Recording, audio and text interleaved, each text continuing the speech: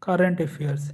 ISRO successfully launched an Earth observation satellite EOS-04 and two small satellites into the intended orbit. The satellites were launched by the vehicle PSLV C-52 rocket from Satish Dhawan Space Center. Other information about ISRO.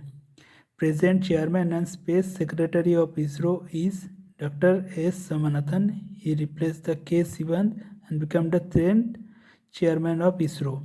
Headquarters of ISRO is in Bangalore. Establishment 15th August 1969. And PSLV stands for Polar Satellite Launch Vehicle. Satish Dhawan Space Center is in Harikota, Sriharikota, Andhra Pradesh, and weight of EOS 0417